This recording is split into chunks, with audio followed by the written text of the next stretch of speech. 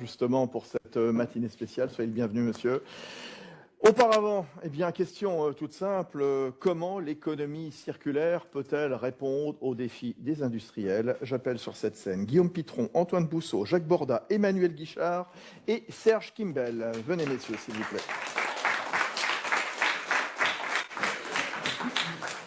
Installez-vous dans l'ordre que vous voulez. Je n'ai absolument aucune préférence. Voilà. Installez-vous confortablement. Alors, je vais présenter les uns et les autres.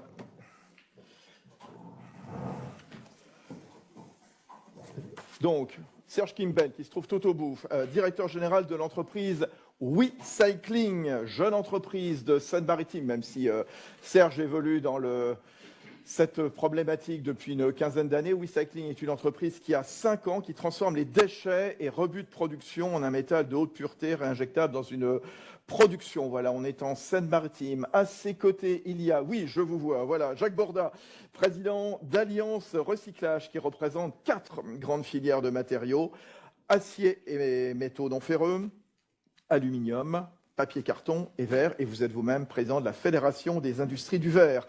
Antoine Bousseau, directeur général de la BO Service de collectivité de Suez, et puis aujourd'hui président de la FNAD, la Fédération nationale des activités de la dépollution et de l'environnement. C'est l'organisation professionnelle qui représente l'ensemble de la filière déchets, collecte et élimination. Emmanuel Guichard, le délégué général de la Fédération des entreprises de la beauté, la FEBA, avec plus de 300 adhérents. Il est membre du CSF Chimie et Matériaux. Et puis Guillaume Pitron, on va commencer avec vous dans un instant. Guillaume Pitron, qui est journaliste, chercheur associé à l'IRIS, auteur de plusieurs ouvrages dont vous pourrez disposer tout à fait librement, donc, avec un certain nombre de livres qui sont à votre disposition, gratuitement, bénévolement, dans la partie de cet amphithéâtre, La guerre des métaux rares et L'enfer numérique, voyage au bout d'un like. Voilà donc les œuvres, les ouvrages de Guillaume Pitron. Alors, donc, on va commencer avec vous, justement, Guillaume Pitron. On en parlait tout à l'heure, aussi bien avec le président Roux de Bézieux qu'avec la ministre qui était là, et c'est vrai que ça paraît une évidence. La quantité de ressources, elle va être de moins en moins grande. C'est vrai, il y a plusieurs phénomènes. Il y a la démographie, bien entendu. Il y a le fait que la population est de plus en plus urbaine. Il y a également le fait que cette population est de plus en plus middle class. Donc, évidemment, elle a des besoins supplémentaires. Clairement, est-ce qu'on va manquer de certaines ressources? Merci de m'avoir invité. La loi AGEC s'inscrit dans un contexte qui est celui d'un monde plus vert et davantage dématérialisé, comme on dit. Nous vivons cette double transition vers un monde bas carbone, mais qui nécessite des matières premières pour être rendu possible, puisqu'il n'y a pas de technologie verte sans des matériaux plus ou moins abondants dans l'écorce terrestre, du cuivre aux terres rares, en passant par le lithium et le cobalt. Et puis le monde dématérialisé est également un monde très consommateur de matière. Paradoxalement, l'intensité matière de tous les objets du quotidien numérique qui nous permettent de piloter notamment la transition énergétique, parce qu'il n'y a pas de transition énergétique sans technologie numérique pour piloter les réseaux. L'intensité matière de ces technologies-là est également très élevée. Je dirais même que l'intensité matière d'un téléphone portable ou d'une puce électronique est la plus élevée qui soit. Et donc nous sommes engagés dans une double transition, qui est aussi la toile de fond de notre débat, la transition verte et la transition numérique. Ces deux transitions qui s'accompagnent l'une l'autre, l'une ne peut pas avoir lieu sans l'autre, mais qui paradoxalement sont des transitions fortement consommatrices de matières premières.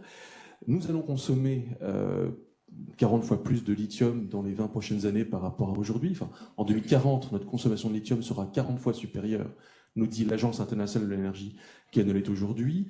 Nous consommerons 20 fois plus de cobalt, nickel et graphite pour nos sticks et matériaux. Cette étude fascinante qui a été produite par Olivier Vidal, notamment à Grenoble, à l'Université de Grenoble en 2015, nous dit que dans les 30 prochaines années, nous allons consommer davantage de métaux et de matériaux que tous les métaux et matériaux consommés par l'humanité depuis 70 000 ans. Donc nous sommes dans un monde qui est bas carbone, mais paradoxalement haute matière. Et nous sommes dans un monde qui est dématérialisé, mais qui sera paradoxalement très matériel et très matérialiste. Et dans ce contexte arrive la loi AGEC. Et arrivent toutes ces lois, d'ailleurs, qui sont celles de l'économie circulaire. Le règlement batterie a été mentionné, qui est un règlement extrêmement important pour l'économie circulaire des batteries, et qui insiste sur cette nécessité de faire en sorte que le monde dématérialisé et le monde bas carbone soient également un monde basse ressources. Nous sommes un peu comme des automobilistes devant le passage à niveau. Le train de la transition énergétique vient de passer et en fait il en cache un autre. C'est le train de la transition vers l'économie circulaire. Et en fait, je pense que le vrai défi des 30 prochaines années, c'est pas de rendre le monde plus vert, et Dieu sait si c'est un immense défi, mais derrière, c'est le véritable défi, celui de rendre le monde plus circulaire. Et ça va être beaucoup plus difficile de rendre le monde plus circulaire que de le rendre plus vert. Parce que c'est pas seulement une révolution technologique, et la révolution verte n'est pas seulement une révolution technologique, mais on va y revenir. La révolution circulaire, c'est une révolution copernicienne qui implique de tout réorganiser, de tout repenser, jusqu'à la façon dont nous coopérons les uns avec les autres. Il va falloir que le fabricant de téléphone portable, qui est évoqué dans la loi AGEC, soit en lien avec le recycleur. Il lui dira, mais en fait, le recycleur dira au fabricant de téléphone portable, mais il faut que tu fabriques tes téléphones de cette manière que dans 15 ans, j'ai du travail. En pensant à la fin, ouais. Ces personnes ne se sont jamais parlé. Et tout d'un coup, elles vont devoir se parler. Et donc là, c'est pas de la technologie, c'est de l'organisation.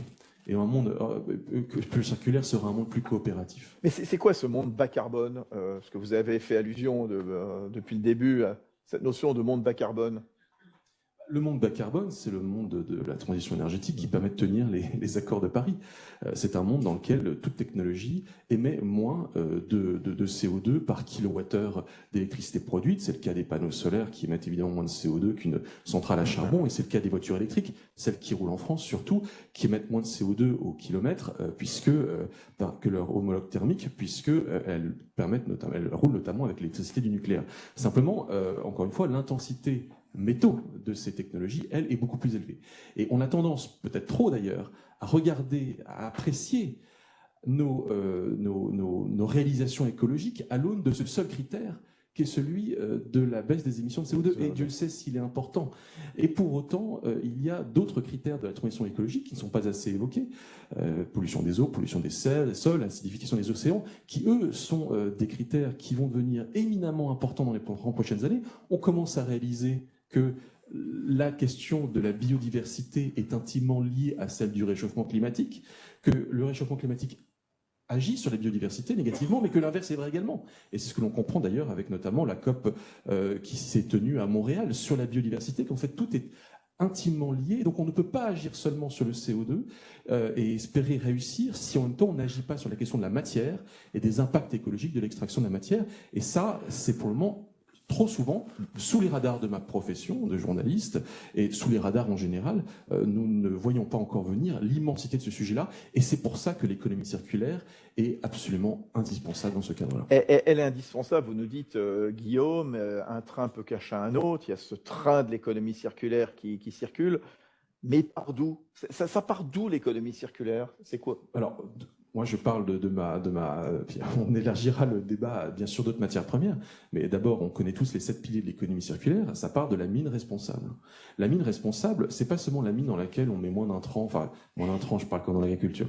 C'est pas seulement le fait comment dirais-je, d'utiliser moins de tel ou tel produit chimique pour pouvoir extraire tel ou tel matériau. Mais pensez-y, par exemple, au Chili, où j'ai enquêté. La mine de cuivre de Chuquicamata, qui se trouve dans le nord du Chili, dans une zone particulièrement aride, a besoin de 2000 litres d'eau par seconde. Donc c'est la plus grande mine à ciel ouvert de cuivre indispensable pour notre transition, 2000 litres d'eau par seconde. Heureusement, l'eau est recyclée à 70%. Donc si vous commencez à faire de l'économie circulaire dès le moment où vous extrayez le minerai en recyclant l'eau, alors l'intensité matière de ce kilo de cuivre à l'arrivée, qui lui-même va se retrouver, va impacter l'intensité matière du produit qu'il va permettre de fabriquer. Alors déjà on agit, et donc ça commence dès la mine. Et donc évidemment, moi je suis absolument pour la relocalisation minière en France. D'abord parce qu'il faut se regarder en face. On peut rouler vert, mais il faut aussi avoir la capacité et le courage de se dire qu'il faut assumer l'impact minier que ça peut représenter. Et aussi parce que ça va précisément, cette mine responsable, la mine propre n'existe pas, mais permettre de faire baisser l'intensité matière du matériau de la technologie dès le moment où on commence à creuser. On reviendra vers vous dans un instant, Guillaume Pitron, totalement passionnant. Tout ça, c'est raconté évidemment dans les 2 livres que vous pourrez récupérer à la fin. Emmanuel Guichard, délégué général de la FEBA, les entreprises de la beauté. Alors, la question qu'on se pose maintenant, et je vais vous donner la parole, les 3 industriels qui sont là, les grandes fédérations, comment les acteurs industriels se mobilisent justement pour intégrer l'économie circulaire dans toutes les chaînes de valeur. Quand on fabrique des produits de beauté comme vous, Emmanuel Guichard, il y a le contenant avec du plastique, le plastique bien pratique, comme le rappelait tout à l'heure la secrétaire d'État. Il y a du verre, bien sûr. Il y a le contenu également. Comment est-ce qu'on fait? Comment est-ce qu'on fabrique un produit en tenant en compte, en prenant en compte cette donnée? C'est tout le savoir-faire des industriels capables de faire ça. Peut-être en intro pour rappeler ce que c'est les entreprises cosmétiques en France et pour expliquer un peu aussi la problématique globale dans laquelle on est. Les industries cosmétiques en France, c'est 160 000 personnes. On est le 3e contributeur à la balance commerciale et nous sommes surtout une industrie d'exportation. Alors on vend en France, d'ailleurs je vois qu'il y a des personnes dans la salle qui portent haut en couleur nos produits, mais on vend en France, mais on exporte. Donc on est un exemple assez frappant, c'est 1 parfum sur 5 est acheté par un Américain et 1 rouge à lèvres sur 4 est acheté par une Chinoise. Donc, par rapport à certains propos de la ministre en termes d'introduction, nous, on produit en France, on a des usines en France, on vend à des consommateurs français, mais avant tout, on vend dans le monde. Et donc, on a besoin d'une forme de cohérence un peu au niveau de la réglementation. Et donc, ce qui fait que notre enjeu numéro 1, étant grand exportateur, c'est un enjeu de souveraineté. Et comment est-ce qu'on peut atteindre de la souveraineté? Donc, à DAC, on est relativement souverain, plus de 90% de nos achats sont réalisés en Europe. Quand on rentre dans une économie circulaire, ça devient beaucoup plus compliqué puisque l'enjeu, c'est d'être sûr que la ressource, et je vais vous parler plus précisément du plastique, la ressource de plastique recyclé, eh bien, elle soit en France ou en Europe. Parce que si elle n'est pas à côté, eh bien, progressivement, nos emballages ne seront plus faits ici. Et comme vous parlez de la conception des produits, à partir du moment que l'emballage est plus fait ici, est-ce que vraiment le remplir, c'est si compliqué que ça? Les copies, ça existe et tout ça. Et donc, quand on veut penser un produit dans tout son cycle de vie, avant, en tout cas pour nos industries, qui sont des industries anciennes, on pense souveraineté. Et souveraineté, ça veut dire où c'est qu'on va sourcer la matière première. Et donc, pour sourcer la matière première, et comme sur la table ronde, je suis représentant du CSF Chimie et Matériaux, une des questions clés, c'est la question du plastique. Et là, on a des bonnes nouvelles. Et notamment grâce à l'ADEME, puisque depuis la loi AGEC, je reprends les petites notes, puisque j'ai les chiffres, la France est devenue le premier pays pour le montant des investissements dans le recyclage plastique, avec plus d'1,5 milliard qui ont été investis. Donc ça, notamment avec des financements ADEME, financements hors place pour les transformateurs. Et aussi, on commence à avoir des très grands projets, alors 2 très grands projets sur lesquels on pourra venir plus tard, le projet Eastman et Carbios, qui vont être localisés en France et qui vont nous donner justement accès à cette matière première et donc à cet enjeu central pour nous qui est un enjeu de souveraineté. Ce sont 2 gros investissements en Normandie, c'est ça, donc Emmanuel Guichard. Vous parliez d'innovation. Sur quoi elle porte quand on parle de recyclage de plastique, de réduire la quantité de plastique? Alors, toutes ces notions, je pense qu'on va toucher toute la journée, recyclable, recyclabilité, consigne, vrac, sont des vases communicants. En fait, on a 4 vases communicants. Pour la cosmétique, pour la FEBA, en déclinaison de la loi AGEC et quelque part avec une vision plus globale que la loi AGEC, on a réalisé un Plastic Act, un plan d'action pour les emballages cosmétiques durables, qui justement nous fixe des objectifs. On s'est donné un objectif de 15% de réduction des emballages plastiques à horizon 2025. On se donne un objectif d'incorporation de matières recyclées. Mais en fait, tout va ensemble. C'est-à-dire, pour réduire la quantité d'emballages plastiques que vous allez utiliser, il faut développer du réemploi. Mais vous aurez toujours des emballages plastiques, donc il faut incorporer de la matière recyclée. Et comme nous, on est exportateurs, on ne peut pas se contenter de la matière issue des flacons qu'on a mis sur le marché français, parce qu'en fait, on en exporte 5 fois plus. Donc, ça veut dire qu'il faut qu'on accompagne les investissements, et effectivement, notamment l'investissement de Eastman. On a 5 grandes maisons cosmétiques qui se sont engagées à acheter une partie de la production, donc à horizon 10 ans, pour justement être sûr que l'investissement puisse se faire en France. Et ce qui est intéressant dans cet exemple, c'est que c'est de la mutualisation. C'est des gens très concurrents. Hein. C'est le métier d'une association de gérer des entreprises fortement concurrentes.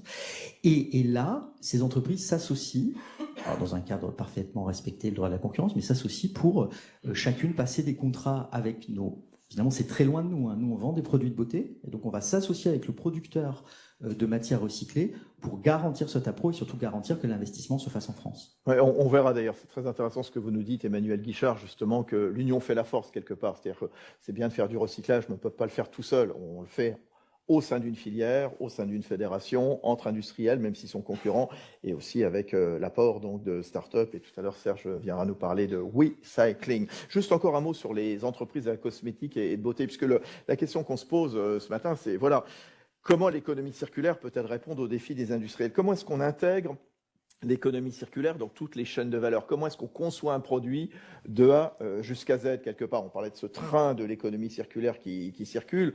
Voilà, clairement, voilà, quand on conçoit un produit de beauté, un flacon de parfum, soit en plastique, en verre, à quoi on pense? Alors, je ne veux pas être désagréable avec la loi GEC, mais avant tout, nous on répond à la demande d'un consommateur. Avant tout, on répond à la demande d'un consommateur. Et comme on exporte partout dans le monde, même si ça ne vous paraît pas complètement logique, eh ben, en fait, cette tendance vers avoir un impact minimum sur l'environnement, ben, en fait, on l'a partout dans le monde. Voilà.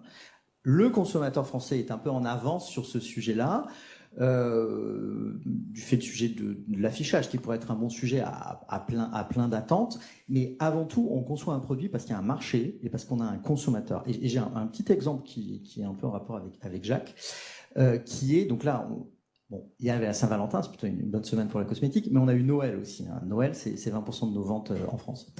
À Noël, si vous avez acheté du parfum, vous aurez remarqué qu'on lance de plus en plus de parfums qui sont rechargeables. Vous pouvez le dévisser, voilà, et vous le remplissez. Eh bien, un peu par surprise, en tout cas, personnellement, je dois annoncer exprimer ma surprise. On vend donc des recharges de parfums.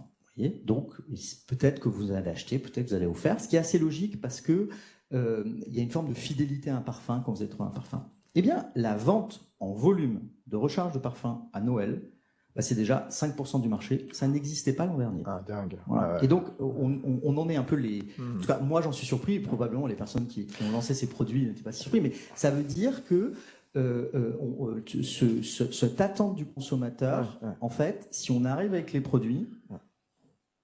Bah, il faut les produits parce que sinon on n'a pas cette attente. C'est intéressant, vous nous dites, il y a l'attente du consommateur, on pourrait aussi l'attente des collaborateurs, des actionnaires, etc. Il y a plein de choses, mais juste sur le consommateur, et puis ça sera l'occasion d'ailleurs de la deuxième table ronde qu'on organisera justement avec notamment des grandes marques comme Coca-Cola, comme Decathlon, comme Brandt également qui seront là, mais le consommateur il est de plus en plus enclin à ça, c'est ce que vous nous dites, cette belle surprise de Noël, et même par exemple d'aller ramener aussi son flacon de verre aussi dans certaines enseignes.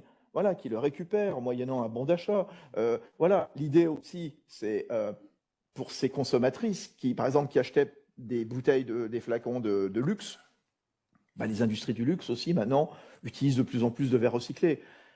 C'est peut-être pas la même apparence, mais c'est toujours la même qualité. Et puis finalement, voilà, c'est un tabou qui saute et ça marche.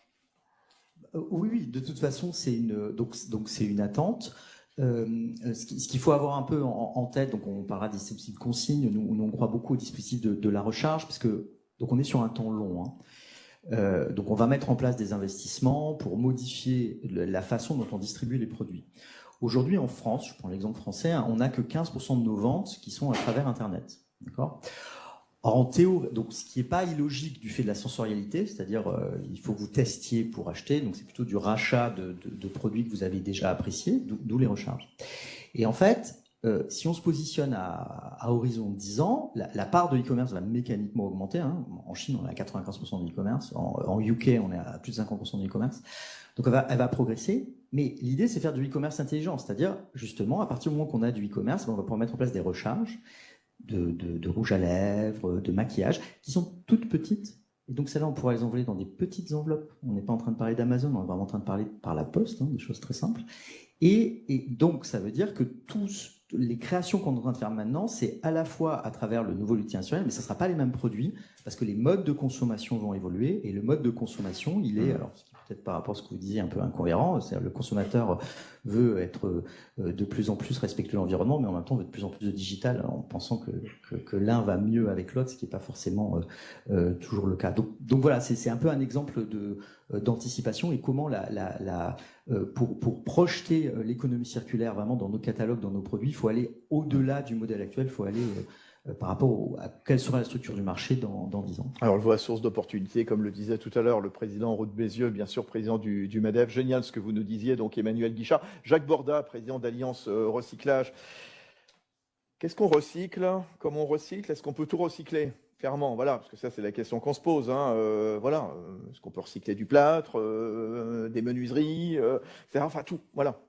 On peut recycler beaucoup de choses. Moi, je représente Alliance Recyclage qui réunit 4 grandes filières, vous l'avez rappelé, l'acier et les métaux non ferreux, l'aluminium, le papier carton et le verre. Et donc, ces 4 grandes filières recyclent depuis très longtemps, bien avant la loi AGEC. On a le recyclage dans notre ADN d'industriel. Nous sommes des industriels recycleurs et on utilise dans nos process industriels beaucoup de matières recyclées en complément des matières premières vierges pour produire les produits que vous connaissez. Moi, je reprendrais peut-être l'image du train de l'économie circulaire qu'évoquait Guillaume. Je crois que ce train, il s'appuie déjà sur une complémentarité des solutions et des modes d'action qu'on a à notre disposition. Il y a la prévention. Emmanuel l'a évoqué. La recharge, c'est une façon de faire de la prévention. Il y a le réemploi. On voit le réemploi aujourd'hui se développer sur beaucoup de marchés et c'est quelque chose d'essentiel. Et puis, in fine, il y a le recyclage. Et le recyclage est dans le paysage de toute façon incontournable et absolument indispensable. Recyclage, réemploi, ça ne s'oppose pas, on est d'accord? Ça ne s'oppose pas. Ce sont deux modes d'action complémentaires. On voit bien que ces modes d'action sont mis en œuvre. Le recyclage, alors le réemploi, on en fait dans le domaine, par exemple, de l'emballage alimentaire, on en fait depuis toujours, au niveau de la bouteille, vous l'avez en tête. Et le recyclage, on recycle nous aussi depuis toujours. Donc, ce n'est pas du tout en opposition, c'est en complémentarité. Et moi, je rejoins quelque chose qui a été dit par Guillaume. Je crois aussi qu'on est dans un monde où l'économie circulaire oblige l'ensemble des acteurs, je dis bien l'ensemble des acteurs, à coopérer, à échanger et à discuter. Quand on parle, vous prenez l'exemple du téléphone portable, quand on parle d'éco-conception, il faut bien que le concepteur de l'objet, du téléphone portable ou d'un autre produit, regarde et s'interroge sur le devenir en fin de vie de son produit. Et ce dialogue, historiquement, il existait peu ou pas du tout, et on voit bien qu'aujourd'hui, ce dialogue devient omniprésent entre les producteurs et, in fine, l'ensemble de la chaîne au niveau de la collecte, de la préparation pour le recyclage, etc., et des recycleurs finaux, pour que ce produit soit recyclable. Et moi, ce dialogue, il me paraît tout à fait fondamental, et je pense que c'est essentiellement la transformation face à laquelle on est.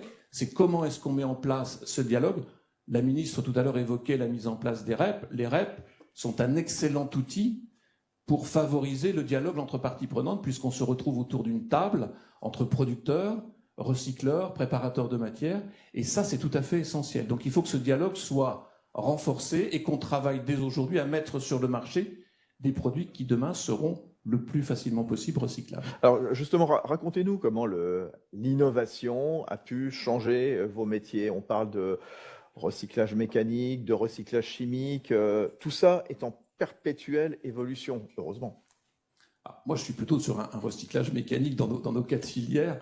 Moi, je vais prendre un exemple qui concerne ce que je connais peut-être le mieux, qui est le verre. Le verre, on a développé, par exemple, pour recycler le verre, ce qu'on appelle le tri par couleur. En France, on est, contrairement à l'Allemagne, quand vous collectez le verre, vous séparez les couleurs de verre à la source. Et en France, on met tout dans le même point d'apport volontaire. On mélange toutes les couleurs. La poubelle verte. La poubelle verte, si on peut l'appeler comme ça. Et donc après, on a développé au fil du temps, avec des technologies extrêmement innovantes, le tri par couleur. Donc ce sont des systèmes totalement automatisés qui s'appuient sur de la reconnaissance d'image, donc avec des performances qui sont allées croissantes au fil du temps et qui permettent vraiment de séparer le verre par couleur et donc d'extraire, de séparer d'un côté du verre coloré, de l'autre côté du verre blanc, pour refaire par exemple avec du verre blanc. Et donc là, on a un potentiel d'innovation très fort et donc qu'on déploie, qu'on installe. Et donc aujourd'hui, on est capable de recycler beaucoup plus grâce à ces innovations technologiques. Oui, et ça, par exemple, le succès de ce qu'a connu, enfin, ce qu'a réussi à mettre en place l'Allemagne en triant le verre blanc et les verres de couleur, qu'est-ce qui va faire en sorte que la France pourra réussir sur ce terrain? Aujourd'hui, on a réussi puisqu'on on a développé un système relativement pionnier en Europe. Contrairement, on avait un système différent au système allemand. On avait aussi la volonté d'avoir un système de collecte qui restait le même, donc qui ne perturbait pas ni le consommateur ni l'organisation des collectivités territoriales. Et aujourd'hui, ce qui est intéressant, c'est qu'on voit que ce système de tri par couleur, grâce à des outils industriels puissants, est repris par d'autres pays du sud de l'Europe, l'Italie et l'Espagne. Donc on voit bien qu'on a deux approches différentes entre l'Allemagne et la France, et on voit que le système français a permis aussi de déployer l'innovation dans d'autres pays. Est-ce que ça coûte cher de recycler? Le recyclage, un coup, c'était évoqué tout à l'heure par le président Roux de Bézieux.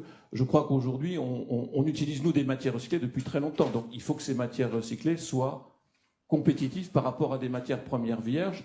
Donc il y a des bénéfices à utiliser des matières recyclées. On peut, dans certains process, économiser de l'énergie. On économise des ressources. Et je crois qu'il faut quand même qu'on fasse clairement le constat qu'on est sur une finitude de nos ressources. Enfin, la prise de conscience, elle est aujourd'hui majeure de la part de l'ensemble des acteurs économiques. Donc il faut qu'on gère ces ressources qui resteront limitées. Et puis, le recyclage est aussi, pour certains de nos secteurs, un levier majeur de décarbonation de nos industries. Donc le plus on recycle, le moins on va émettre de CO2. Donc c'est quelque chose de tout à fait stratégique dans nos stratégies d'industriels de développer le recyclage parce que ça correspond à de l'économie de ressources, de l'économie d'énergie et une moindre émission de CO2. Et ce sont des entreprises locales. Là, on revient sur la notion de souveraineté qu'évoquait très justement Emmanuel Guichard il y a une poignée de minutes. Tout à fait. Alors, Alliance Recyclage, c'est 130 000 salariés sur le territoire français, c'est 500 sites industriels et on recycle, l'ordre de grandeur, c'est 16 millions de tonnes de matériaux par an. Donc on est sur des volumes tout à fait... Je ne me rends pas compte, 16 millions de tonnes, sur combien qui pourraient être recyclés potentiellement Sur nos 4 filières, ça correspond à un taux de recyclage. On est sur des taux de recyclage dans nos filières qui sont relativement élevés. Quand vous dites élevé, c'est quoi? Pour le verre, on est à 80%. Par oui, exemple. très bien, d'accord. On est à 80%. Et pour d'autres, les métaux, l'acier, on est aussi sur des taux de recyclage qui sont élevés et qui progressent. Je crois que c'est intéressant, c'est qu'on n'a pas du tout touché les limites. On continue à progresser, même sur des matériaux pour lesquels l'antériorité du recyclage est forte. On est toujours dans une dynamique de progrès. Et je crois que on évoquait la loi AGEC. La loi AGEC permet, au travers de déploiement de nouvelles REP, de mettre en place de nouvelles filières de recyclage. Et on sait que pour recycler, il y a un élément tout à fait fondamental qui est la collecte. Ouais. La collecte des produits, la collecte des déchets d'emballage, etc., etc. Et que sur ça, il y a un chantier énorme et que les REP sont un accélérateur extrêmement important. Et là, actuellement, on est en 2023 sur la mise en place d'une REP qui est très ambitieuse, qui est la REP PMCB sur les déchets du bâtiment. Ouais. Donc c'est quelque chose qui a mis du temps à émerger. Les discussions ont été assez longues, mais on est maintenant à l'instant où la REP se démarre et on est sur des enjeux importants pour toutes nos filières. C'est ça que chaque année, il y a des nouveaux secteurs qui arrivent. Cette année, c'est le bâtiment, le pneu, je crois, également cette année. On a le bâtiment, on a la restauration qui devra arriver dans pas très longtemps. Il y a plein de choses. Donc là, on est en France, entre guillemets, le champion d'Europe des REP, mais je crois beaucoup à cet outil. La première REP, c'était la REP emballage ménager qui a maintenant 30 ans. Et elle a démontré qu'au travers d'un dialogue entre les acteurs, entre les parties prenantes, comme l'on dit, on arrive à des choses quand même tout à fait intéressantes et qu'on est très très loin d'avoir touché les limites en la matière. On a une marge de progrès encore très importante. On reviendra vers vous dans un instant, Jacques Borda. Antoine Bousseau, je vous donne la parole dans une poignée de secondes. Juste, Guillaume, un mot. Ça me fait réagir ce que disait Jacques il y a quelques instants. La notion du prix, justement. L'enjeu économique du recyclage, ça coûte cher ou pas? L'occasion coûte plus ou moins cher que le neuf? Ah oui, voilà. Elle peut coûter évidemment moins cher. Il y a aussi tous ces enjeux de petits métaux qui sont ceux de la transition énergétique et numérique. Alors je parle sous le contrôle de Serge Kibel qui n'a pas encore dit son mot, mais ça peut être également plus cher et plus compliqué de recycler à telle enseigne que l'occasion peut coûter plus cher que le neuf. Et donc effectivement, dans ce cas-là, pourquoi recycler?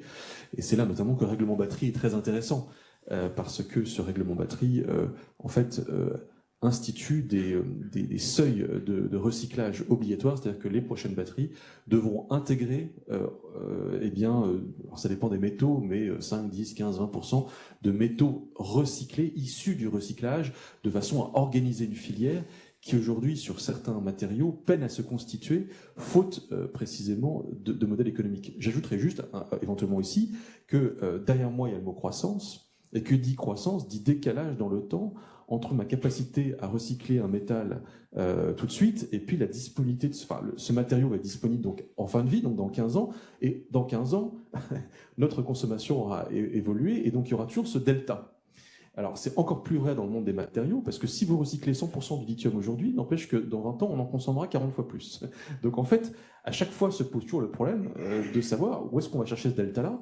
Et de toute façon, l'économie circulaire étant absolument indispensable, on ne se passera pas malgré tout de ce recours à la production première de la matière primaire. Ça tombe bien, transition toute trouvée avec Antoine Bousseau, président de la FNAC. Prenez le micro, s'il vous plaît. Antoine, c'est vrai qu'on pourrait penser que voilà, l'entrée au départ, ce sont les montagnes de déchets, d'éviter des montagnes de déchets. Non, peut-être l'idée, c'est de réfléchir à des ressources potentielles. Comment est-ce qu'on produit des ressources? Comment est-ce qu'on produit des matières? Est-ce que les entreprises en ont pris conscience? Alors, oui, effectivement, je vais renfoncer une porte ouverte que tout le monde a déjà enfoncée. Effectivement, la principale ressource en France, notre mine, en fait, actuellement, de métaux, de plastique, de cellulose, etc., ce sont nos déchets.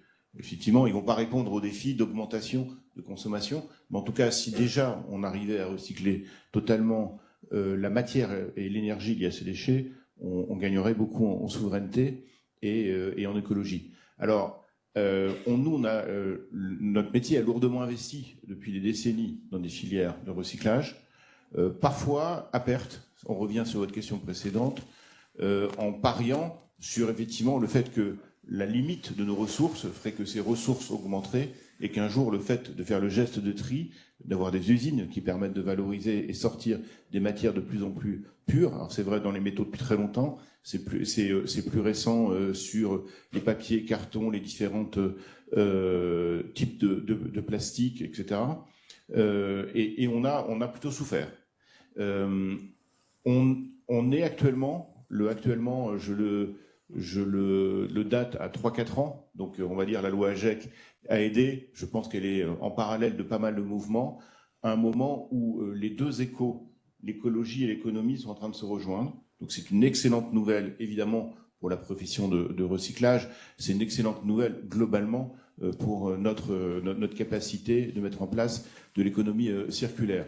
J'en veux pour preuve, évidemment, le prix du plastique. J'en veux pour preuve le prix de l'énergie. Parce que nous, quand nous recyclons et valorisons, en fait, on produit deux ressources principales, d'un côté de la matière, de l'autre côté l'énergie. Sur l'énergie, juste pour vous le redire, l'énergie, c'est l'énergie des, entre guillemets, incinérateurs. On n'aime pas du tout ce mot-là, donc c'est des unités de valorisation énergétique qui sont au bord, souvent des métropoles, qui produisent de la chaleur pour les réseaux de chauffage urbain, qui produisent de l'électricité. Ce sont des chaudières CSR de combustibles solides de récupération qu'on adosse à des industriels pour amener de l'énergie à partir des déchets bas carbone, local et recyclable à l'infini, tant qu'on a des déchets et on n'y met que les déchets ultimes qu'on n'aurait pas pu recycler. Quand on fait un grand bilan pour savoir si en fait on est en train d'avancer, d'accélérer, pas la loi AGEC, les lois précédentes avaient demandé par exemple que l'enfouissement, qui est un peu l'absurdité absolue, puisqu'une fois qu'on a enfoui un déchet, sauf à aller rechercher, mais peut-être qu'un jour on le fera, dans 100 ans, ce déchet, il est mort. Enfin, la ressource associée à ce déchet ne sera plus accessible. En 2010, on enfouissait 33% de nos déchets en France. On vient de faire une étude prospective au sein de la FNAD pour justement avoir le schéma stratégique bas carbone à long terme, 2030-2050. En 2050, on estime qu'on aura moins de 5% d'enfouissement. Et la loi nous demandait qu'entre 2010 et 2025, on divise par 2 l'enfouissement. En fait, on est sur cette trajectoire. On va peut-être l'atteindre plutôt en 2027-2028. Mais en fait, cet effort global de la société française est réalisé. L'ensemble des entreprises du recyclage, que ce soit la collecte qui est effectivement essentielle, le tri et la valorisation, que ce soit de valorisation matière ou énergie, est en train de se faire. Un autre exemple qui va nous impacter, citoyens et entreprises, là, en 2023 et 2024 et les années suivantes, sont les biodéchets. Donc le résidu alimentaire de notre poubelle des citoyens, mais aussi de nos cantines d'entreprises, de nos industries agroalimentaires. On estime qu'on va pouvoir collecter 5 millions de tonnes de biodéchets assez vite. Et ces biodéchets vont produire de l'engrais local, retour au sol, qui donne de la souveraineté à notre production de céréalière ou alimentaire en France. Ça veut dire qu'il y a comme ça des nouvelles filières de recyclage qui se mettent en place. On en parlait avec Jacques il y a quelques instants, avec cette responsabilité élargie du producteur, avec cette année le BTP. Ça va assez vite, selon vous, Antoine Bousseau? Est-ce qu'il y a assez de bras aussi pour faire face à ça? Alors, est-ce que ça va vite? Je vais vous donner une autre image pour que vous imaginiez la transformation du modèle. Votre poubelle marron, la poubelle noire, hein, vous mettez l'ensemble de vos déchets, pas la poubelle jaune, elle fait à peu près 250 kilos par habitant par an actuellement. On a estimé, effectivement, avec l'avènement des REP, du réemploi, etc., elle fera exactement la moitié en 2050. Elle fera 125 kilos. On aura enlevé la majeure partie de l'organique, les quelques plastiques et papier carton qui y restaient, elle fera la moitié de son poids. Donc la transformation par le citoyen est très importante, et la transformation évidemment dans les entreprises, c'est-à-dire le recyclage qu'on fait nous-mêmes dans nos entreprises est fondamental. Alors les REP nous y aident. Alors sachez qu'on est parfois un peu à se frotter avec le gouvernement sur les REP, c'est-à-dire que, comme vous l'avez dit, la France est le champion d'Europe des REP. Alors on a décidé de faire des REP sur tout. Je ne veux pas dire qu'il y a des REP qui ont moins de sens que d'autres, mais en tout cas, je pense qu'elles demandent et elles exigent, comme vous l'avez rappelé, un vrai dialogue. Et la profession est pour les REP pour deux raisons fondamentales qui sont le besoin de massification d'un produit pour justifier une usine, un investissement et un recyclage de qualité, d'une part, et d'autre part pour prélever à la source effectivement une éco-contribution qui permet de rétribuer effectivement la collecte et le tri. Donc ça, on est complètement pour. Après, on a actuellement une tendance à avoir des REP à qui on donne la capacité d'être opérateur en même temps, donc un peu jugé parti, et vu de chez nous, limitant l'innovation, notre initiative des gens qui font du recyclage, et on aimerait retrouver un équilibre. Par exemple, on a parlé de la REP hôtel-restauration, on parle d'une REP qui va aller chercher l'ensemble des produits recyclables dans tous les hôtels et restaurants de France. Vous imaginez la complexité. Et donc, elles se mettent en place pour encourager et faciliter économiquement ce tri super, que ce soit un éco-organisme national qui a un seul cahier des charges dise maintenant c'est partout comme ça, on n'imagine pas un instant. Ceux qui sont dans l'hôtel-restauration savent qu'il n'y a pas deux cuisines qui se ressemblent, il n'y a pas deux accès au local poubelle pareil. Donc en fait, il faut faire du sur-mesure avec ce métier-là. Donc on essaye de retrouver un peu cet équilibre-là, mais sinon effectivement les REP vont vite. Elles accélèrent la massification et elles permettent plus de recyclage, donc elles sont nécessaires. Elles sont nécessaires, elles vont vite. On voit il y a des nouveaux modèles économiques qui se mettent en place. Création d'emplois également, suffisamment? Est-ce qu'on n'y a pas, comme partout ailleurs, un manque de bras? Alors non, on n'a pas ce problème-là. Bon. On a eu historiquement plutôt des métiers qui avaient des emplois bassement qualifiés. Enfin, je pense à la collecte, évidemment, aux rippers derrière les camions. Je pense aux gens dans les cabines de tri, etc. Au contraire, on est en train plutôt d'automatiser et simplifier toutes ces méthodes-là, et on va plutôt dire plus on va chercher de la pureté dans les matériaux, plus on va chercher à séparer des matériaux qui sont mixés, et donc on a du mal à trier de base, et plus on a besoin de technologie et d'intelligence, de robots, de capteurs, etc. Nos métiers évoluent très vite, et on trouve en France cette capacité-là. Avant qu'on donne la parole à Serge, à nouveau, je me tourne vers Guillaume Pitron, journaliste. On vient d'écouter Antoine Bousseau. Se tourner vers l'avenir, c'est vrai qu'on évoque tout le temps cette échéance 2050. On va aller vers de plus en plus de recyclage à l'horizon 2050. Ça va être de plus en plus facile, le recyclage. Moi, ça me fait dire que ce n'est pas une solution de court terme, forcément, c'est une stratégie de long terme. On va vers cela, on va vers davantage de recyclage. De toute façon, on ne va pas avoir le choix. Ça va se structurer autour des filières qui ont été évoquées et de nouveaux modèles économiques. Et oui, effectivement, dans un monde haute matière, l'importance du recyclage va croître. Et lorsqu'on regarde les taux de recyclage estimés, ça n'engage que ceux qui... On parlait de la fameuse poubelle noire qui va être divisée par 2 de 250 à 125. Et quand on regarde le taux de recyclage de certaines matières premières, celles auxquelles je m'intéresse moi, qui sont ces matériaux de la transition énergétique, les taux de recyclage à court terme vont être assez décevants, et donc c'est pour ça qu'on ne peut pas juste espérer fonder nos modèles de production juste sur le recyclage et l'économie circulaire, parce qu'en fait, il va y avoir un manque de disponibilité des matériaux à court terme. En revanche, sur le long terme, quand on regarde les projections, elles sont très, très satisfaisantes. Récemment, il y a eu un rapport par une université, je crois, de Delft, en Pays-Bas, sur le taux de recyclabilité de tous ces matériaux nécessaires à la transition énergétique, que ce soit des terres rares, le lithium, le cobalt, le nickel.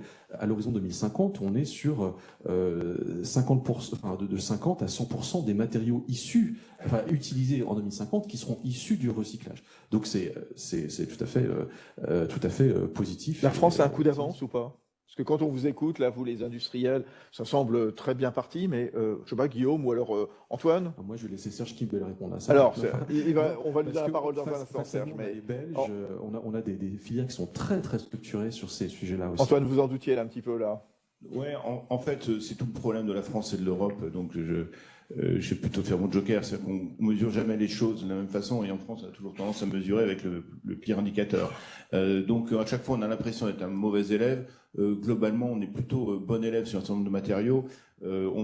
Évidemment, ce qui est en train de faire actuellement le buzz, c'est le recyclage de la bouteille plastique, où d'un seul coup, on serait mauvais élève. En fait, on a tout en place pour le faire. Il manque 2-3 choses. Vous posiez la question tout à l'heure, savoir si on demandait plus aux entreprises qu'aux citoyens. Un très bon exemple, la bouteille plastique, c'est-à-dire que là, on demande beaucoup aux citoyens, qui représentent une grosse partie de la consommation, et finalement assez peu à l'entreprise.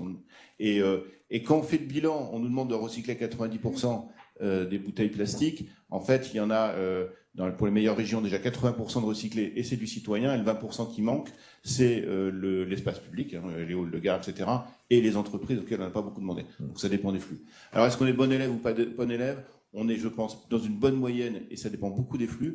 Par contre, on a des entreprises capables d'aller vite et fort. On est prêt à accélérer, on est vraiment là. Serge Kimbel, à la tête de WeCycling. Racontez-nous ce que vous faites en Seine-Maritime à côté du Havre. Nous travaillons sur la circularité des métaux stratégiques. Alors, qu'est-ce que c'est? On travaille principalement sur l'argent, sur les platinoïdes, sur le cuivre ultra pur et sur l'or. Et on a mis au point, depuis maintenant plusieurs années, différents process qui nous permettent d'extraire, d'affiner, de transformer ces métaux pour que ce soit des produits finis pour l'industrie, et cela uniquement à partir de déchets. Donc, au démarrage, on a travaillé sur les déchets électriques et électroniques, et les cartes électroniques qui étaient effectivement le produit qui va supporter tous ces métaux dans les déchets électriques et électroniques. Donc là, on a mis en place différents process de transformation, d'extraction, d'affinage. Et au fur et à mesure des années, on a travaillé sur d'autres produits, d'autres déchets, des catalyseurs chimiques, des catalyseurs qui sont utilisés dans l'industrie pharmaceutique. Des disques durs. Oui, alors ça c'est la partie électrique, déchets électriques et électroniques. Non, on a beaucoup diversifié l'entrant, tout simplement parce que les industriels qui consomment ces matières premières nous demandent plus. Nous demandent plus de matières, ils ont de plus en plus de difficultés à se sourcer et nous demandent des volumes beaucoup plus importants. Donc on a dû diversifier aussi notre apport. À la fois donc en quantité, mais également en typologie, et on a aussi élargi le spectre des types de métaux qu'on peut travailler. Alors, ils viennent d'où ces métaux? De quels secteurs industriels? J'ai envie de dire pêle-mêle. Il y a l'orfèvrerie, l'aéronautique, la chimie. Je sais pas. Tous les secteurs industriels. Les platinoïdes, la catalyse, de toute façon, c'est la catalyse chimique. La chimie est un peu la base d'énormément de produits qui sont consommés. Donc, la catalyse est utilisée dans énormément de secteurs. Vous prenez l'aéronautique, le secteur électrique, le secteur électronique, ce sont naturellement des grands consommateurs de ces métaux. L'automobile le devient aussi, puisque les voitures s'électrifient et toute l'électronique embarquée qu'il y a dans une voiture devient de plus en plus importante. Donc on peut retrouver ces métaux et c'est dans tous les types d'industrie, donc une forte demande. Quelles technologies vous utilisez? On les retrouve où ensuite, ces métaux? Alors, les technologies qu'on utilise, on travaille sur d'abord des techniques pyrométallurgiques, puisque les déchets qu'on va avoir vont contenir à la fois de l'organique et à la fois des métaux. Donc, on va devoir concentrer un peu cette partie métal. À partir du moment où on a fondu ces métaux, ils sont tous associés, donc on doit les dissocier. Donc ça, on utilise pour cela des techniques chimiques qui vont nous permettre de séparer les métaux un par un. On n'a toujours pas atteint à ce niveau-là un degré de pureté qui est suffisant. Donc là, on passe dans ce qu'on appelle les étapes d'affinage, souvent, en tout cas chez nous, utilisées par des méthodes électrochimiques. Alors, mais pas que. On a plusieurs technologies pour ça. Et on va pousser le métal jusqu'à des degrés de pureté qu'on appelle 5,9. Bon, ça c'est vraiment dans les cas ultimes puisque le métal il peut être utilisé par exemple dans les applications pharmaceutiques. Donc là, on nous demande des degrés de pureté très élevés. Donc 5,9, oui, ça veut dire 99,999% de pureté. Ça c'est l'étape d'affinage. Et puis derrière, on a encore cette étape de transformation, puisque comme je disais au démarrage, on travaille sur l'économie circulaire de ces métaux. Donc on ne va pas chercher à produire un métal pour qu'il soit juste revendu. On va chercher à le transformer. On va chercher à coller à l'application de l'industriel qui nous a apporté le déchet. Alors, ce n'est pas forcément des boucles fermées que l'on fait, on fait des boucles ouvertes aussi. Mais donc, on va transformer ce métal. Par exemple, je prends l'exemple de l'argent. On va le transformer souvent sous forme de nitrate d'argent qui est utilisé pour faire des contacteurs dans l'industrie électrique, par exemple, qui peut être utilisé aussi pour la fabrication de batteries. On va faire des tétramines de palladium pour des applications catalytiques. On va faire des chlorures de platine pour les piles du secteur de l'hydrogène. Alors, bon, on ne reçoit pas beaucoup de déchets de l'industrie de la batterie hydrogène, mais par contre, l'industrie hydrogène, elle est consommatrice. Donc, on va récupérer du platine de l'industrie de la catalyse, le transformer pour le mettre dans l'industrie de l'hydrogène, par exemple. Et c'est quoi justement le modèle économique? C'est qui récupère, l'industriel qui vous donne, qu'est-ce qu'il a en échange? Enfin voilà, expliquez-nous un petit peu comment ça fonctionne. Alors, nous, on essaie de pousser à la circularité. Donc, on est plutôt dans un business model de transformateur. On veut que l'industriel prenne conscience que son déchet est sa propre ressource. Donc, son métal, entre guillemets son déchet, bien il en reste propriétaire. Nous, on est juste là pour le transformer et le réinjecter dans sa chaîne, dans sa supply chain. C'est compliqué parce que, comme beaucoup d'intervenants l'ont dit, c'est une vraie modification de la façon d'organiser sa supply. Le déchet était souvent géré par le département environnement de l'entreprise et ce ne sont pas des acheteurs. Donc des fois, on se retrouve confronté à des problématiques comptables, tout simplement parce que la case n'est pas prévue, des complexités, des réticences sur le fait que c'est du métal recyclé, est-ce qu'il va être d'aussi bonne qualité? Est-ce qu'il va réussir? Est-ce qu'on va avoir les mêmes propriétés? Donc on doit passer, bon alors après j'ai envie de dire comme n'importe quel fournisseur de matières premières, des phases de qualification. Mais c'est déjà arrivé à ce stade-là qui est compliqué. Donc, maintenant, ça commence les mentalités évoluent et on comprend qu'un métal qui a été affiné, qui fait 99,99% de pureté, comme le métal primaire, bien, il n'y a aucune différence. Bon, on voit, vous travaillez main dans la main avec des grands industriels. Oui. C'est un peu le secret de la réussite, justement, de cette filière que, comme on le disait tout à l'heure, voilà, c'est un travail collaboratif. Je crois que c'est Emmanuel qui en parlait tout à l'heure en préambule. Voilà, que des industriels s'associent donc, s'adjoignent les services d'une jeune entreprise comme la vôtre, 5 ans, je le disais, WeCycling. Alors oui, c'est sûr que d'avoir des partenaires industriels de renom, ça nous permet de nous fortifier et de lancer un élan. Après, on n'a pas attendu cela parce que sinon, on aurait eu vraiment du mal à atteindre le niveau qu'on a aujourd'hui. Aujourd'hui, on fait quand même à peu près, on est 130 salariés, on pèse à peu près 40 millions de chiffre d'affaires. Ça, on a réussi à le faire par étapes. Et les étapes, c'était dans un premier temps récupérer les déchets de l'un, les transformer et trouver un acheteur qui lui avait besoin de matière. Parce que l'argument, ce qui a déclenché en fait l'achat chez l'industriel, c'était le besoin.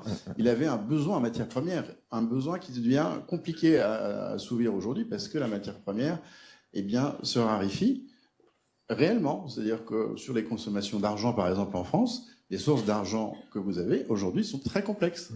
Donc, les crises que l'on a vécues ont un peu exacerbé ces problématiques et font qu'effectivement, eh bien, on arrive à positionner ce métal recyclé tout aussi bien qu'un métal primaire.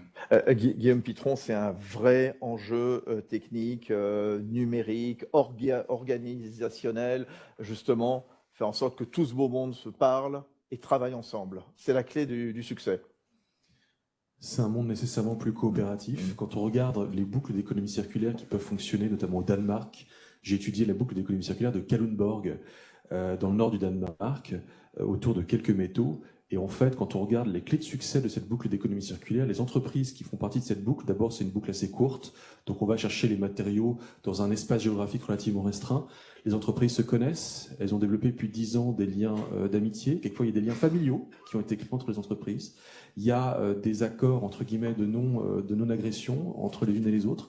Donc, en fait, de la confiance. Voilà, c'est toutes ces valeurs-là qui surgissent quand on s'intéresse, par exemple, à cette boucle qui est une best practice. Jacques Borda, c'est vrai qu'on ne peut pas recycler tout seul. Hein. Non, on ne peut pas recycler tout seul. Et je crois que ce qui a été dit aussi, moi, ce que je voudrais insister sur l'aspect souveraineté et indépendance. On l'a un peu évoqué ici. Période récente, on a beaucoup vu un certain nombre de choses changer dans notre environnement, à la fois sur la fourniture des matériaux, mais aussi sur certains débouchés de recyclage qui se sont historiquement fermés. Et juste par rapport à ça, moi, je voudrais prendre quelques exemples dans les 4 filières que j'ai l'honneur de représenter. On a des investissements très lourds qui viennent, de capacités industrielles qui vont permettre de recycler sur le territoire français. Le président Roux de Bézieux l'évoquait, on a besoin de visibilité pour se projeter quand on est un industriel. On est plutôt des industries lourdes qui ont des outils qui vont durer 10, 15, 20 ans.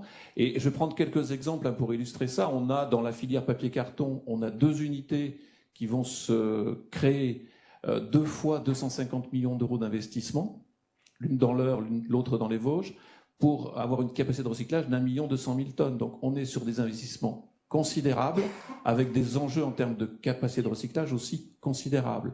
Sur la filière aluminium, il y a 3 usines qui sont programmées à horizon 2025 pour 250 000 tonnes de fabrication d'aluminium décarboné, puisque produit à partir d'électricité décarbonée. Donc là aussi, on est sur des enjeux qui sont extrêmement importants. Et moi, j'insisterai sur le besoin en tant qu'industriel d'avoir un environnement, comme ça a été évoqué, relativement stable, qui offre de la visibilité, qui nous permette d'investir avec une prise de risque qui existe toujours, mais une prise de risque qui soit, entre guillemets, maîtrisée, parce qu'on est sur des investissements extrêmement lourds. Et moi, je pense qu'on a vraiment besoin d'investir dans notre capacité industrielle à recycler. Ça veut dire être capable de maintenir sur le territoire français des industries lourdes pour certaines, qui quelquefois ont un petit peu de mal à se maintenir parce que l'environnement n'est pas toujours très favorable.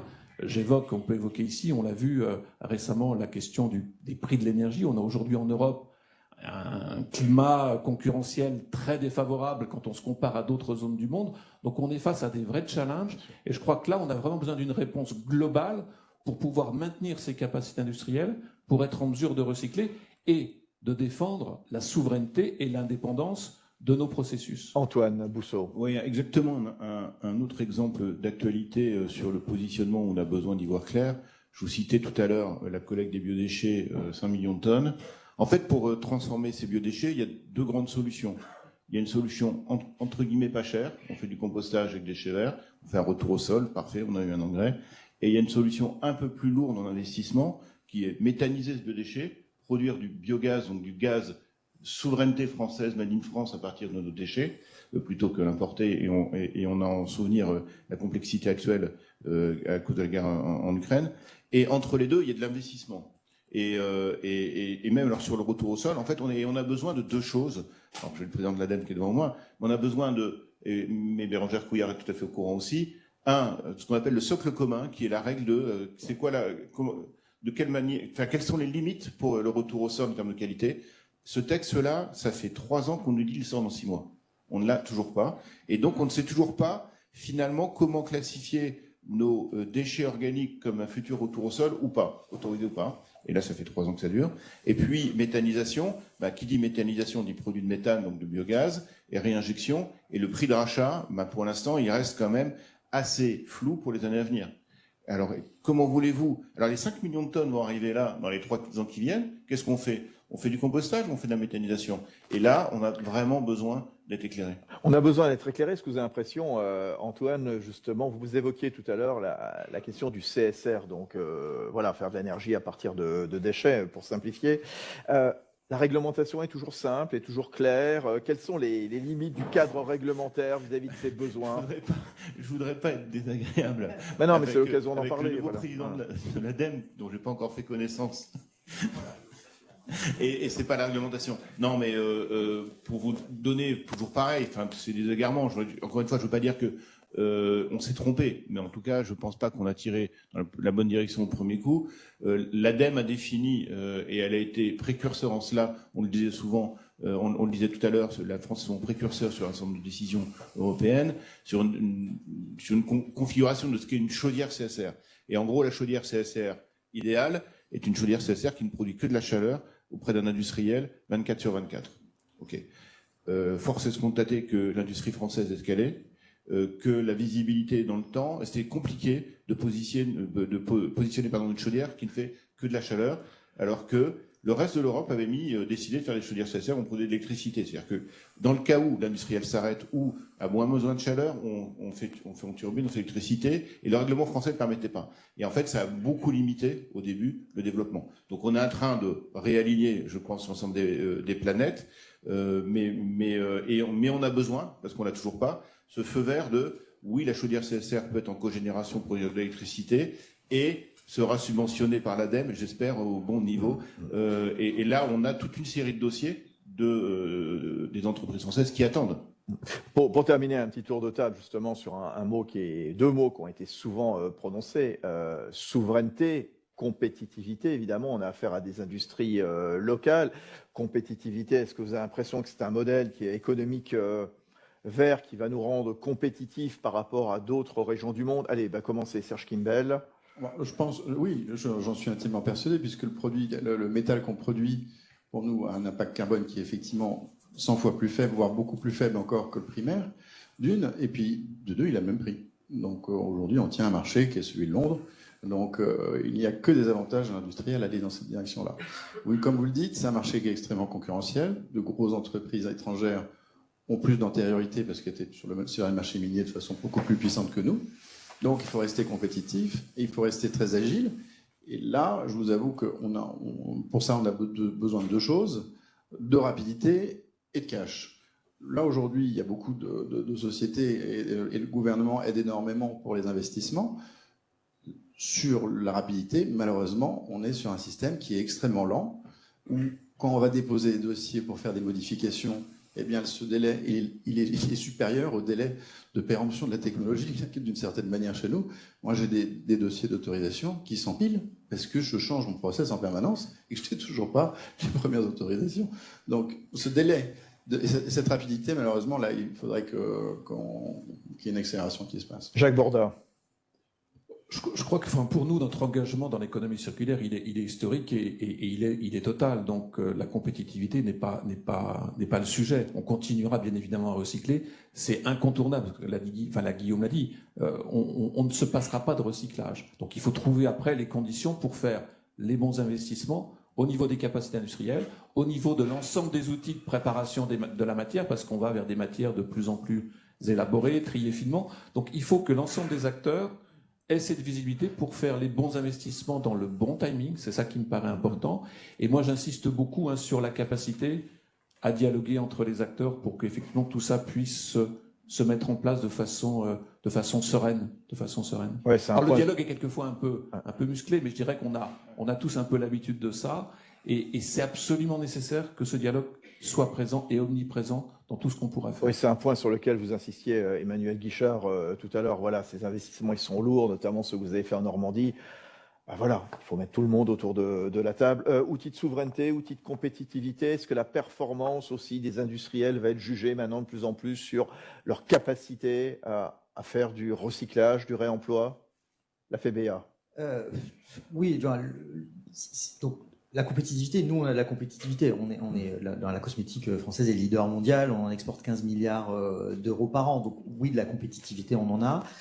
Ce dont on a plutôt besoin, c'est d'innovation, parce qu'on va avoir beaucoup d'innovations disruptives, et d'être sûr que cette innovation qui va associer toute la chaîne, puisque maintenant, effectivement, on innove, non pas par rapport à notre produit, mais par rapport aussi à la fin de vie du produit, par rapport au mode de distribution du produit. Et donc, il va y avoir des besoins de mutualisation autour de l'innovation très forts. Et notre enjeu à nous, c'est de faire en sorte que cette innovation, elle débouche sur un investissement industriel en France, ou en tout cas à proximité de la France. Et ça, Souveraineté. ouais, ça, je pense qu'en tout cas, la loi GEC, ça rend visible des choses, mais le grand enjeu, c'est d'être sûr que les emplois et les usines, elles soient ici. Antoine, un mot. Oui, alors, compétitivité, probablement. De toute façon, on l'a tous dit, on n'a pas le choix. Il faut le faire. Il faut le faire, il faut aller vite. Par contre, à mon avis, la seule réserve, ça pourrait être surprenant, parce que je suis très enthousiaste et je veux aller très vite et je veux aller très loin, c'est éviter la précipitation. Je voudrais pas non plus que pour des effets de mode, des effets de je ne sais quoi, on décide des filières industrielles qui ne voient pas le jour, qui se retrouvent plus productrices de CO2 au global que le direct. Et donc on est très pro, et on le fait beaucoup à la FNAD avec l'ADEME, d'analyse de cycle de vie. C'est-à-dire que quand on a plusieurs solutions pour recycler un produit, posons-nous, on essaie de se dire qu'est-ce que ça va dépendre. Parce que si c'est à la fin pour avoir un petit logo qui dit oui recyclable, mais en fait ce recyclable à consommer en termes de CO2 3 fois plus qu'une autre solution. Voilà. Donc, Ça sert à rien. je pense qu'il faut vraiment faire confiance aux entreprises du recyclage, à cette capacité de réflexion, et on peut, oui, aller vite, et on n'a pas le choix. Ouais. Le mot de la fin, ça sera avec vous, Guillaume Pitron. Souveraineté, autonomie, c'est le récit à mettre derrière le recyclage. Et puis moi, ça me dit que il faut qu'on passe de la mentalité de ferrailleur à celle d'antiquaire. Je m'explique. Moi, j'adore chiner, les brocantes, tout ça, c'est mon truc. Quand je vais chiner dans une brocante à Paris, je suis séduit par un objet, par une belle commode. Mais ce qui me séduit aussi, c'est la capacité du vendeur à me raconter entre quelles mains cette commode est passée, son histoire. Et en fait, j'achète pas un objet, j'achète un récit. Et là, on s'est raconté des récits. Alors, très très beaux récits, souveraineté, Dieu sait s'il est important ce récit-là, compétitivité, sobriété. Moi, j'ajouterais le récit de la réputation, on n'a pas parlé. Mais c'est sûr que si mes produits sont issus du recyclage, d'abord, je peux mieux les tracer. Ça m'évite d'avoir à me faire taper sur les doigts par une ONG qui dit « mais ton cobalt, il vient du Congo », etc. Donc en fait, il y a un enjeu de réputation. On n'a pas parlé de vie privée, mais moi j'ai découvert un sujet, un récit autour du recyclage qui est issu de la vie privée. Si vous recyclez les vieux serveurs d'un ministère hollandais, néerlandais, en fait, vous le recyclez non pas parce que vous avez envie de récupérer les métaux, mais parce que vous voulez pas que ce serveur se retrouve au Nigeria et qu'un jour un type vous appelle en disant « mais les données de ton ministère, je les ai ». Donc tout d'un coup, le sujet de la vie privée devient un récit. Et puis j'aime bien aussi le récit qui a été posé dès le départ ce matin et qui est hyper important, celui de la visibilité sur le temps long. C'est une autre source d'approvisionnement dans un monde où les tensions sont là. Et donc ça pose la question de la constance. Et ça, c'était un mot qui était posé ce matin par Geoffroy Roux de Bézieux, qui est très important pour moi, c'est la constance. Merci à tous les 5. Merci, on les applaudit, mesdames, messieurs. Guillaume Pitron, La guerre des métaux rares, voilà, et l'enfer numérique. Allez voir son livre. Merci Emmanuel Guichard, Antoine Bousseau, Jacques Borda et Serge Kimbel. Voilà, c'est le moment de monter sur